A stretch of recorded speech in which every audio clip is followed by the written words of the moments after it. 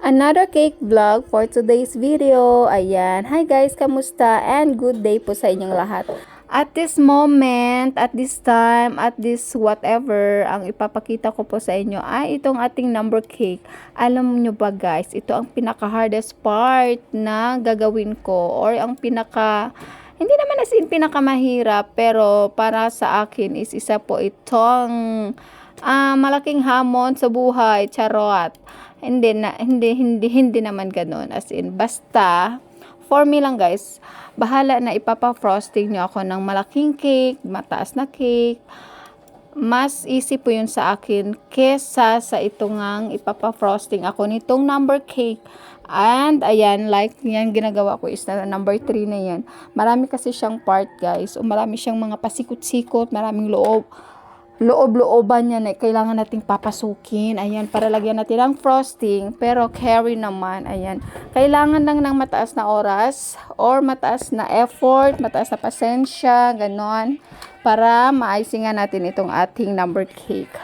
And alam nyo guys, sa totoong buhay talaga is mahirap talaga yan i-icing compare natin sa mga malalaking cake or doon sa mga round. Kasi mas easy nga yung round kaysa itong number cake or yung mga end point. Ano ba yung tawag? Yung may mga dulo-dulo na hindi mo pwedeng paikot-ikutin lang para lagyan mo ng icing.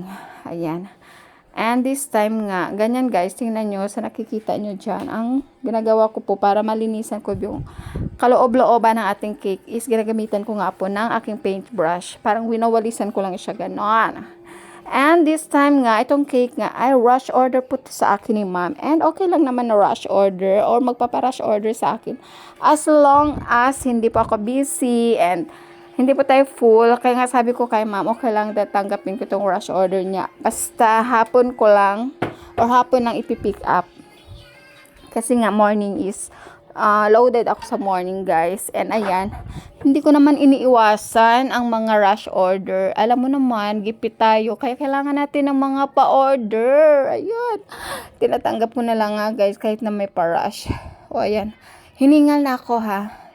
And yung motive nga or yung team nga ni ma'am is since para po ito sa kanyang husband, pa-surprise kay mister niya. And for, syempre, pag lalaki, hindi ko alam kung anong i-design. Pero ang sabi ni ma'am, what if gold na lang yung cake and then black yung sa design niya. And ayan, ako na lang din nag-design ng kanyang design.